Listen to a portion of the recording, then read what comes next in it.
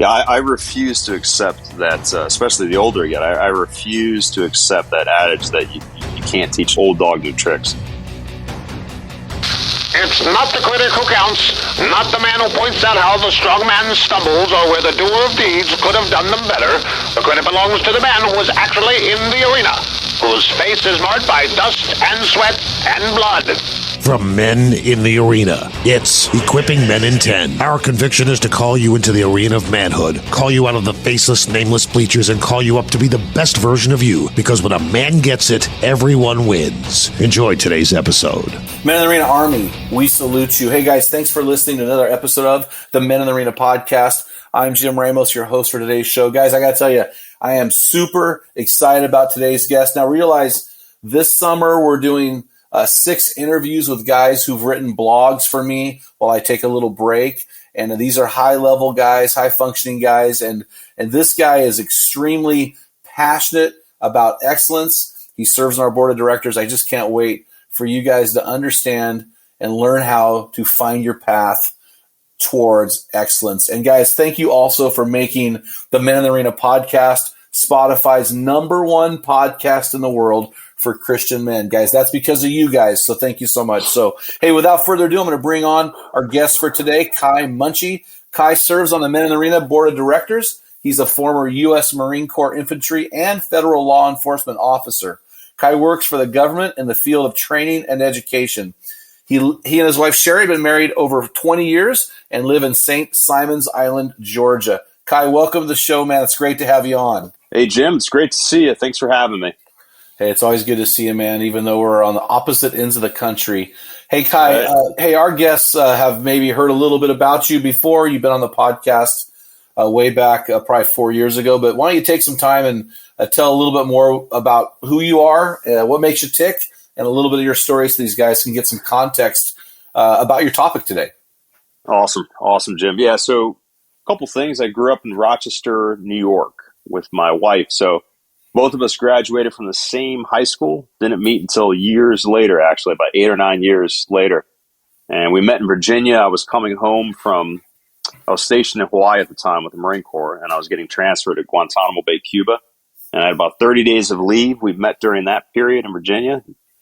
I obviously hit it off, and I came back to Virginia, stationed in Quantico. We got married a year later, and that was 22 years ago. And we've got 2 kids.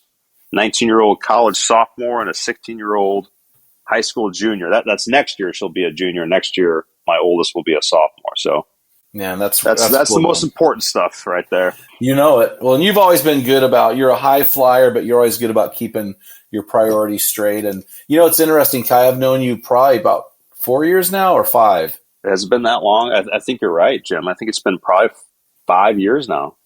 Yeah, Maybe we 6, mark everything. Even. BP, AP, before pandemic, after pandemic. So, yeah.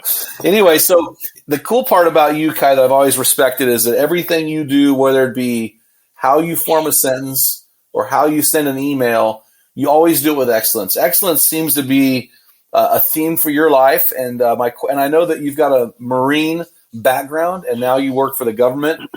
What is it that has made excellence such a passion of yours? It's a good question, Jim. And I would have to say that it's a passion for me because I spent so many years being mediocre. And I spent so many years just kind of in a state of comfort, not really. And when I say so many years, this is way back when, even before I joined the military and went to the Marine Corps. So I just spent a lot of years just wasted time thinking about what I want to do with life, but never really pursuing it. And so once I got a taste of success after putting in a lot of effort, I just, I really, it resonated with me, and that's kind of how I've lived my life ever since, tried to live my life ever since. So I appreciate the positive comments about everything I do is excellent, but what you don't see is the in-between, the work in progress of getting to those points of doing things right, if that makes sense. I totally understand you, man. I totally get it. So, I asked you to write a blog, and I asked you to write it on any topic, and these guys should be getting this blog. Either they got it last week or they're getting it this week, and it really awesome. It is outstanding. besides living the earlier parts of your life mediocre, what is it about this topic that caused you to choose it? I mean, you're a man of God. You could have chose how to walk in humility, how to serve others, how to read your Bible, but you chose this kind of a little bit off topic in Christianity. You don't hear a lot of excellence in Christianity. What made you choose this topic of all topics? I've become more and more passionate about this topic the older I get. Mm-hmm. And I don't know if society is changing or I'm just becoming more cognizant of what's going on in our culture. One of the two, but all I know is that it seems to me, from my perspective, that our culture is becoming more and more apathetic in a lot of different ways. And I think the work ethic is something that can resonate with all of us. And the decline of, it seems that like the American ethic, the American work ethic, is in decline. And I'll give you just a real quick example. There's this, I live on St. Simon's Island in Georgia, which is a fantastic place. And there's this family-owned restaurant. It's been in the business for 30 years. And every Sunday it's packed. And you have to wait in line. You can't get a table for an hour, hour and a half. And my wife and I, after church this past Sunday, we went there to have lunch, and doors were shut. The lights were off, and there's this sign on the door from the manager, from the owners, actually, a long, sad letter about how apologizing for not being open. And they had every intention of opening that morning, but when they came into work, they had 2 or 3 employees that just didn't show up. So this restaurant that's been in the business for 30 years, unfortunately, on the busiest day of the week, had to shutter their doors and they couldn't even open. I'm 50 years old now. When I started working at 16, 17 years old, someone not showing up for work was an anomaly. Everybody would be talking about it. And that would be right. And they would get fired. They wouldn't work anymore. But it just seems like we're sort of accepting that more and more in our culture. And I think it's a real problem that we need to start getting honest about how to fix it. Yeah, and it's a problem within Christian men as well. It's really funny, buddy. I called a local pizza place, a pizza chain about a month ago, and I said, "Hey, what are your specials?" And the gal lethargically said, "Well, I think we've got this 2 for $1." And I go, "You think?" She goes, "Well, I won't know till I ring it up." And I go, "Well, I don't want to order it until you know. When can you know?" Right. "Well, I won't know until you order it." I go, "Well, it's a special, right? You've been taking orders all day, right?" "Yeah." "Well, how do you know?" I mean, we went back and forth for like 10 minutes. I ended up calling another company because this paid employee didn't know what the actual specials were. And so we are just in a real troubling time. I agree. We're in a crisis, and it's really scary. So, but you know what? It's interesting. When I read your blog, I really enjoyed reading your blog, and I'm actually going to reread it. And you wrote this about excellence. You said, quote, "It's not a destination. The pursuit of excellence is a journey that never ends." Can you embellish upon that? So I'll start by saying that is not my quote, but I have heard it so many times and phrased. I've heard it so many times and phrased in so many different ways that I couldn't even tell you who originally wrote it. And you probably heard it too, right? I'm assuming, Jim, different places. But the best way I describe it for me personally and how I live my life is just use every single day as an opportunity to be a better person than you were the day before. Every single day, without fail. That's a path of excellence. So it's never a place. And I tell my staff this where I work all the time. I said, the day that I come into work and say, I have nothing else to learn, I'm perfect, I want you to tell me, "Hey, Kai, nice serving with you, time to retire, get out of here." Absolutely. Because that's just not how I believe God built this. And I think Scripture would back me up with that. So that's kind of how I look at it. Again, you use every day as an opportunity to be better than you were the day before. It's acknowledging, almost convincing yourself that there's always room for improvement. One of my life verses, Kai, is Philippians 1:6, that Paul said, "I'm confident of this very thing, that he who began a good work in you will carry it on to completion until the day of Christ Jesus." Carry it on to completion. That's right. And I was reading a worship book several years ago, and they defined excellence as getting better each time, which would fall right in line with your level of excellence. And so I really appreciate that. Absolutely. And I think I think one of the things I've been working on, Kai, and actually you are one of the inspirations, is we put Grammarly on my computer, and I'm working on sending emails that don't have typos. My friends are tired of seeing form when I really mean from. So this is a great topic for me because I'm a guy I'm a producer, and I'm so excited about pressing that send button or getting the product done that I don't always care about excellence the way I should, and that has been problematic in my ministry and life, and I'm really excited about that. And so, hey, I want to unpack a statement that I know you wrote it in your blog, and I know this is a Kai quote, and it's really powerful. And I want to quote you here, and I want to kind of rip the scab off. I want you to explain what you mean here, and I want you to unpack it a little bit further. And you said this quote: "Mediocrity leads to death. Men in our culture are becoming increasingly apathetic, comfortably living in a state of mediocrity, flying under the radar, satisfied with never pursuing dreams and aspiration. Nothing ventured, nothing gained. Is that how God built us? Not even close." That is such an awesome quote. Yeah. Can you dial that in a little more? Yeah, absolutely. And I like using, I'm a visual learner, so I like using the example of how God created us in the physical sense. And I talk about this in that blog also. So God created our muscles to grow when the fibers are torn apart and ripped. Your muscles don't grow when you just sit and don't use them. What actually happens if you don't use them is that they atrophy. I tore my pec tendon years ago. Jim, you know this story well. I tore it completely off the bone, and I had to wear a sling for, I don't know, 6 or 7 weeks. I couldn't move my arm. When I removed the sling, I had to go through 2 or 3 months of physical therapy. But the physical therapy wasn't for the pec tendon. It was actually for my shoulder muscles, my delts that had completely atrophied. And I had to go through weeks and weeks of physical therapy.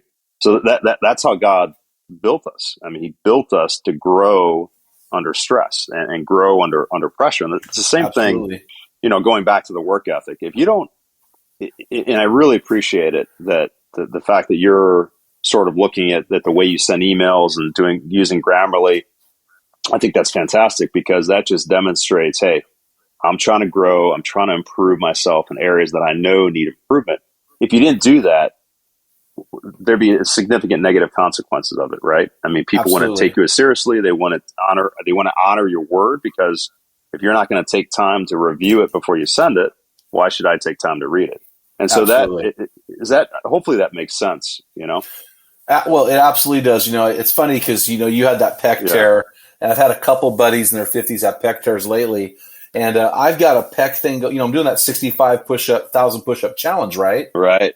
Well, I injured my shoulder in September throwing a friend of mine's children in the pool, because I want to bless little kids. And so their dad wasn't a big, strong guy. Right. So I was just launching these kids, and about into launch 60, I could feel something in my right pec, my left pec shoulder area. So I'm doing this challenge, man. I can't even sleep on this arm. I'm doing this challenge, just going, okay, man, I'm knocking them out. And I'm just going, man, is my pec going to live for 6 more months? What's going to happen? But what's happening through this process is everything around that area is getting stronger. Everything around it's getting stronger. Right. And so even in the midst of pain and even injury, the rest of the body strengthens. And this is what people don't understand, because we enter this world broken. We're all broken in some area. But we don't have to use that as a crutch. And do you see a lot of guys using their brokenness as a crutch instead of pushing through? Yeah, absolutely. That's fantastic. The body, it's interesting how the body compensates like that. Yeah.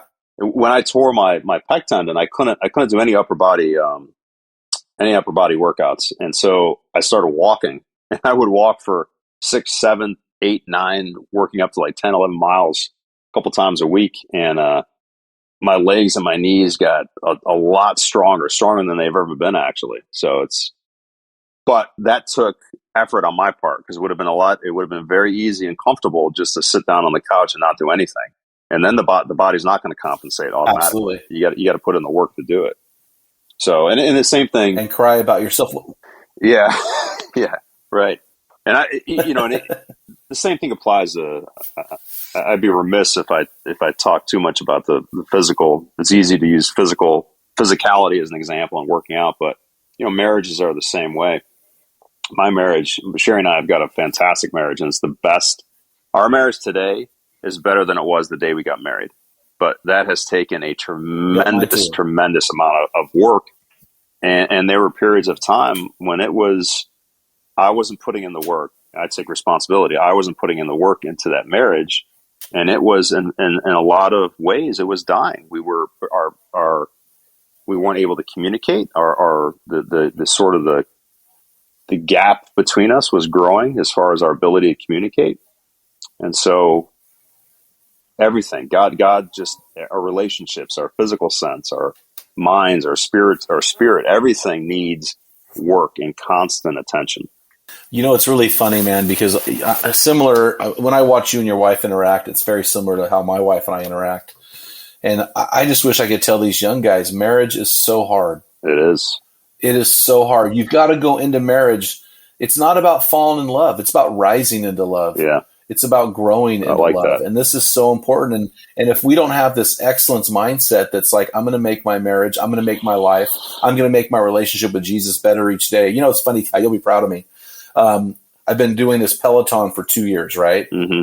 And 2 weeks ago, I PR'd on a 30-minute Peloton ride. I PR'd. Nice. And I'm not in the best shape of my life right now. Yeah. And then this week I beat that PR by 7 points. That's and fantastic. So, and I'm like, I'm trying to figure out where it's coming from. And all I can tell you is I'm just getting on that bike every week. That's it. I'm just getting on that bike. And this is what you're talking about with excellence is just getting back up there. So, consistency. It's really funny because, there's a phrase out there, and you're 50 and I'm substantially older than that. There's a phrase out there that says, I'm this age, blah, blah, blah. You can't teach an old dog a new trick. But you say in your blog that, yes, you can teach an old dog a new trick. Can you explain that antithetical statement? 100%. Yeah, I refuse to accept that, especially the older I get. I refuse to accept that adage that you can't teach an old dog new tricks. And I don't even know where. I think that phrase has been around for centuries, actually. And really, what it means is that someone who is stubborn is less likely to take time to learn a new skill set or improve in an area where they're weak or insufficient. And stubbornness often comes with age because I've done something for so many years and there haven't been too many negative consequences, or maybe there have been negative consequences, but I've just sort of ignored them. And so why change now? And God didn't built us like that either. God, I talk about our minds in the blog as well, and how your mind is constantly growing. So even in the physical sense, as we get weaker with age, our minds can actually grow and strengthen and learn new things and develop new neural pathways as we develop those skills. So I absolutely refuse to believe that an old dog can't learn new tricks. And that's counterintuitive to this whole idea of excellence as a journey as well. Because if excellence is a journey, absolutely, it shouldn't end when you hit 52 or 56 or whatever the retirement age is. Or right? when you retire. Yeah. So, well, it's really interesting because 2 Corinthians 4 affirms that. It says, Paul says, though outwardly we are wasting away, inwardly we're being renewed day by day. And what he's saying is our bodies are breaking down. Hey, you can't help it, buddy. We're dying. Right. We're all dying. We're going to die someday. You can't help your body breaking down. You can fight it and hold off as long as possible. But what you can't do, God has wired the human soul to grow stronger and stronger and stronger until the day we see Jesus face to face, and then continue to grow. That's how we're wired. Yeah. And if we're wired that way in our essence, shouldn't everything else around us be like that? Our relationship with our kids, our marriage, all of these things, right? And so, yeah, exactly. What you do in your blog, which I really appreciate, you're very pragmatic in how you do things, which I've always resonated with. And in your blog, you make these bold claims about excellence, but then you say, okay, guys, I'm going to help you. I'm going to give you the pathway to excellence. And you made it simple. You give 3 pathways. And so the first one, you tell the men to look inward. And I don't want to quote you here. I just want you to unpack that because there's a lot to that looking inward. When you tell a man your first pathway to excellence is looking inward, what are you actually telling him? So look at yourself first. You can only control your own behaviors and your own, your own conduct, if you will. So how many marriages do you know that have failed, that ended in divorce, where one side or the other says, well, I got divorced because I screwed up. It's all me. Rarely does that happen. Maybe it happens once in a while, but more often than not, people get divorced because of irreconcilable differences, because neither side can coalesce in the middle. And so one of the things I learned as a young Marine, even as an enlisted Marine, I learned this, is that the leader is responsible for everything that the unit does or fails to do.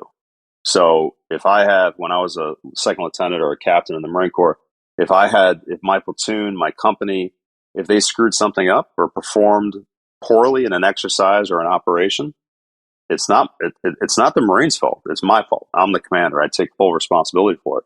And so that's how we have to, as men, look at our own lives. When things are broken, and even on a bigger sense, we like to blame society's woes on one end of the political spectrum or the other, and that is completely the wrong way to look at things. It's what am I doing to make society better? What am I doing to improve my marriage? What am I doing to do better at work? What am I doing to get better in whatever, even whatever hobby I have? It's mine. I'm in control of it, and so if I don't look inward to see where it is that I need to improve, then I'm not going to improve, right? I'm not going to reap the benefits of that. Well, the key thing in your blog when you talked about looking inward is you told men, take responsibility. I heard a guy one time say, you can delegate as a leader, you can delegate everything except final responsibility. I love that quote. Right. Yeah, no, that's actually, I'm going to steal that. I heard you say that once and I love it. Yeah. Yeah, you can delegate everything except final responsibility. Another quote I really love that relates to your topic is, when things are going great, look out the window. Point to other people. Hey, that guy. When things are going bad, look in the mirror. And that's exactly what you're saying. But this goes back to a fundamental leadership tenet also, is that when your unit, your team succeeds, give everybody else the credit. Shower them with accolades and put them in the spotlight, because they're just going to make you look good anyway, right? If that's what you're after. But ultimately, that's what your responsibility is as a leader, is to give credit to everybody else. No, it kind of goes back to what you said earlier in the podcast. You go to this restaurant and nobody's there. They're closed because no employees showed up.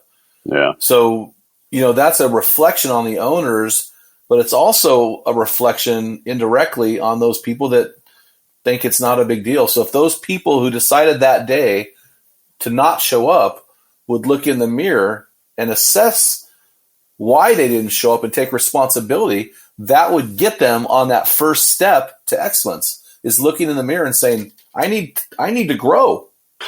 I didn't talk about this in the blog, but I think it's also very important to mention, is that you have to be there's a selflessness that we have to embrace as men also.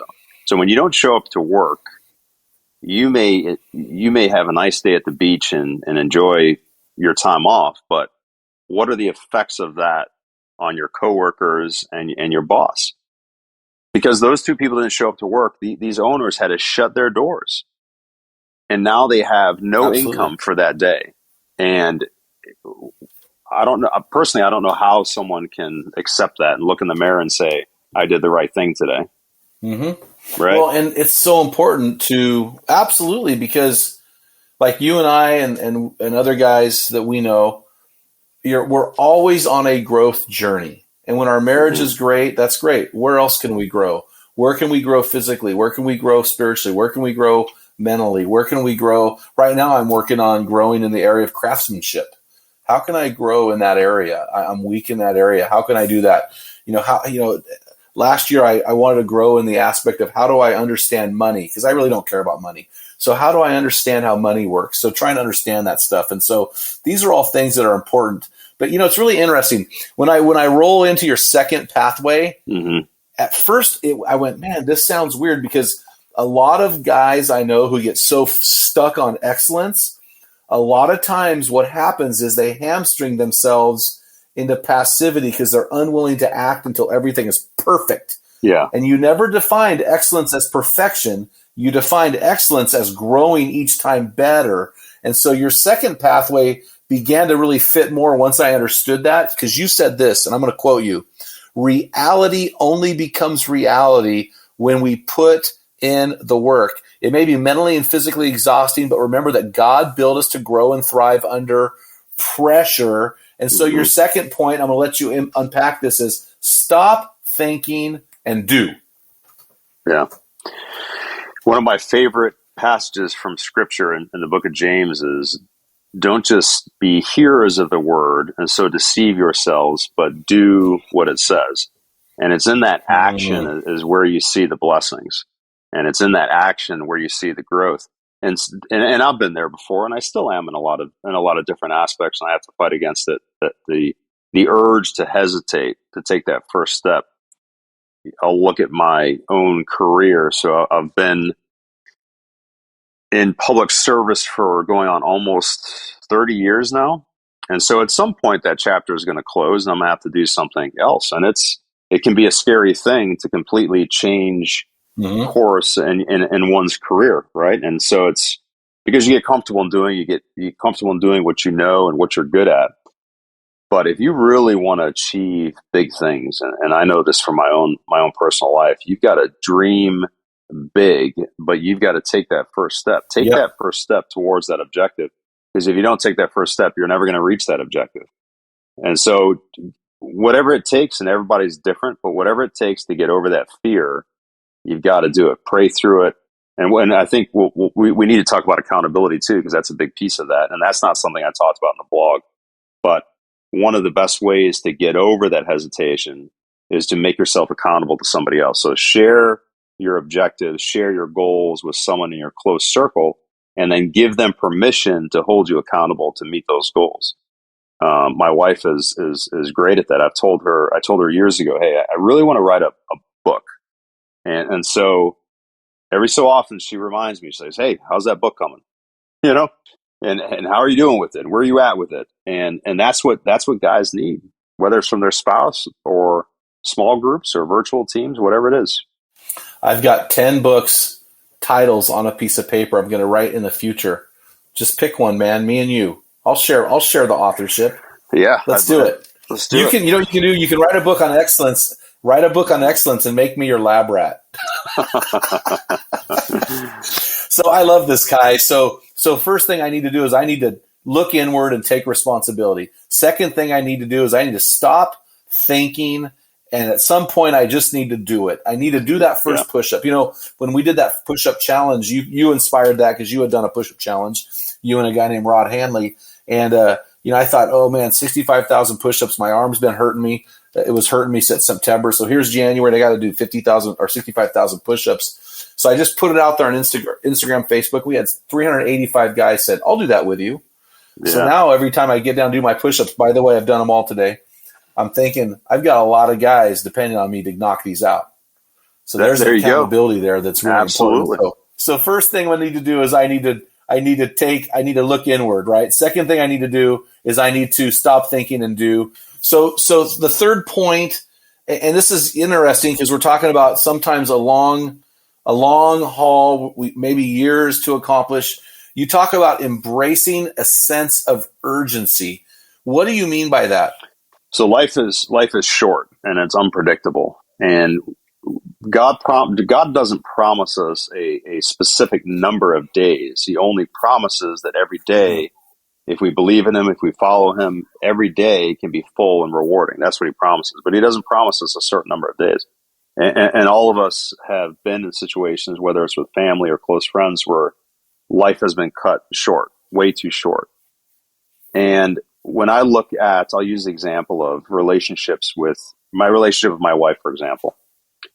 Do we have our days when we argue or we have disagreements? Absolutely. But I have decided that I will never allow a day to pass being angry at my wife. I'll never go to bed angry. And I will tell my wife every single day, I love you. Before I go to work, I love you. I'll text her when I get to work. Me too. Because I don't want if God forbid something happens, if I crash over the causeway on my way home to St. Simon's Island and I was in an argument with my wife, I don't want that to be the last thing that she remembers, right? Or for her to then suffer thinking, what did I do wrong in that situation? How could I have avoided that disagreement or that argument?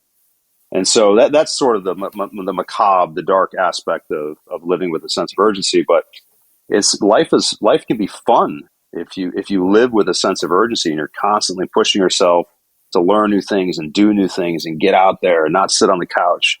I love paddleboarding. I absolutely love paddleboarding, and I learned that down here. I didn't know how to really have any balance before in that sort of on water sports before I moved down here, but I kept working at it. Now I'm pretty good when I get out in the water, and it's fantastic. And so if it's a nice day out, I'll get out there. If I don't have any home commitments, I'll get out there on the water and enjoy paddleboarding, because who knows? I could break my leg the next day and be out of commission for 6 months and not be able to do it. So that's a huge, that sense of urgency, I think, really ties into all those other things. And if we live with that sense of urgency, and it's not to live with this sense of anxiety, like I have got to get stuff done because if I don't do it, I'm not going to be able to do it. That's not what I'm saying. What I'm saying is live with this sort of constantly anticipating and that's not the right word, but this sense of urgency that if I don't do this, I'm going to be missing out on something great. And hopefully I distinguish between urgency and anxiety. No, I think that's really important. There's a difference between urgency and anxiety. Right? Anxiety is a fear of something that may or may not ever happen. Right. Urgency is realizing anxiety is a negative. It's negative. You're experiencing physiological stress based on some unknown. Urgency to me is something is pending and you need to take care of it because it's imminent, right? We know that death is imminent. We know that Saturday is imminent, and so when we see that pending urgency, we need to act accordingly. And I agree. Here's an example, Kai. So I was with I was with a relative this weekend, and the relative is younger than me. The relative is smaller than me. But the relative said, I'm done hunting. I'm just going to fish from now on. I go, why? And he said, well, I'm just too old and beat up for that. And I'm like, you know what? I am going to fight that until the day I die. I'm going to fight that. I'm going to work out. I'm going to put fluids into my joints. I'm going to exercise, get blood flowing. I'm going to push through the pain. I'm going to do whatever. Cause I've got younger sons who want to keep hunting with their old man and want to do stuff. And so it's important for us to realize there is a sense of urgency. There will be a day when we can't do some of these things anymore. Your daughters are leaving the house, right? You've got a sense of urgency. You've got Sierra, or you've got your daughter getting ready to graduate. Yeah, that's a great. So I was just about, you read my mind because I was just about to use fatherhood as an example. We have a finite amount of time as dads with our kids, and I've got great relationships with both my kids, but they're very different. And with my oldest, I traveled so much that I didn't really spend a lot of time when she was growing up one-on-one. And so with my youngest, I'm able to do that now because I have a little bit more of a flexible schedule. So I have this standing date with her every Thursday, where every Thursday, we did it this morning, I'll go to school. She drives now, so we drive separate cars, but we'll go to this little coffee shop near her school, and we'll just sit and we'll talk. And I listen. If she wants to talk about something significant or something, that's on her mind, I'll do that. If not, we'll just sit there and just hang out with each other laughing. And we've done that every Thursday now for the past 4 years. And it's gotten to the point now where She expects it. She'll tell me the night before, "Hey, Dad, we're going to Daddy Kate's tomorrow, right?" I'm like, "Yeah, absolutely. Why wouldn't we?" And so that's that sense of urgency too, right? I have a finite amount of time with that kid in my house, and I'm not going to waste it. We know it's interesting, Kai. I get books in the mail every week from authors that want me to bring them on the show. And one of the books that's sitting on my table, and I think the title is The Family Board Meeting, and the subtitle just rocked my world. It says, "You only have 18 summers with your kids." Oof! Wow! Wow! You don't think about that. You only have 18 summers with your kids. And so I think the book is about making those summers work. And Yeah, there is a sense of urgency there, So, absolutely. man, I really appreciate this time, Kai, together. Yeah. Oh, yeah. We should operate. I mean, I'm not operating with a sense of urgency when I'm binge watching Netflix, right? That's exactly right. That's not priorities. what we're talking about. Right. We're talking about, yeah. So that's so good, man. So I really appreciate your 3 points to pathways to success here, to excellence. Look inward and take responsibility. Stop thinking and just do, and embrace a sense of urgency. Anything else you want to say in closing, Kai? No, I think we hit everything, Jim. And that, just to reiterate on that accountability, if you are not in a small group, you need to get in one, and you need to get in one fast, because that accountability is absolutely critical for your growth and not only with your walk with God, but also in every aspect of your life, with your marriage, with your work, everything. So that's a critical piece. Yeah, I don't know why guys are so resistant to that. It's such a vital part of growing as our best, most excellent version is to get around other men that are calling us out, calling us up, and calling us in. So, Kai, You're one of those guys for me. I appreciate that. Kai, thanks so much for coming on our show and taking your time. Guys, what are you going to do on your pathway to excellence? Here's what I want you to do. I want you to identify one area of your life where you can grow and focus on that area. Grow in excellence. Guys, make sure you head on over to menarena.org, grab your free copy of my book, Tell Them What Great Fathers Tell Their Sons and Daughters, and listen to what Kai said earlier. Go to our homepage, click the Join Our Program button, get involved in one of our virtual teams now. You will not regret it. Until next time, feel the wet sand on the arena floor, hear the deafening roar of the crowd, taste the sweetness of victory, smell the stench of battle, get in the game, get dirty, grind it out, and be a man. You've been listening to the Men in the Arena podcast. If you hunger to be your best version, then join thousands of men from around the world in our Men in the Arena forum on Facebook. This is the best place to have open discussions around the topic of biblical manhood. Make sure to explore our website at meninthearena.org, sign up for the weekly equipping blast, and take advantage of our many free resources designed to help you become your best version of a man. Thank you for listening to this episode of the Men in the Arena podcast. Remember, when a man gets it, everyone wins.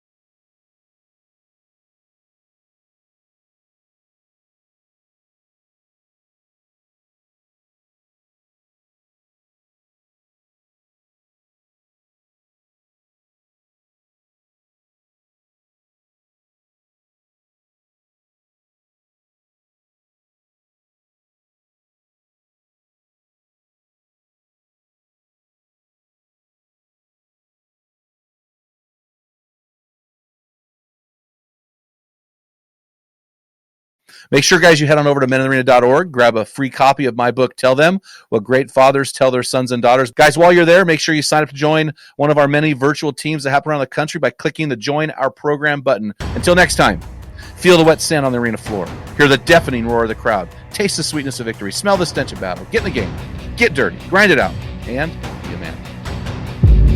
You've been listening to the Men in the Arena podcast. If you hunger to be your best version, then join thousands of men from around the world in our Men in the Arena forum on Facebook. This is the best place to have open discussions around the topic of biblical manhood. Make sure to explore our website at meninthearena.org, sign up for the weekly equipping blast, and take advantage of our many free resources designed to help you become your best version of a man. Thank you for listening to this episode of the Men in the Arena podcast. Remember, when a man gets it, everyone wins.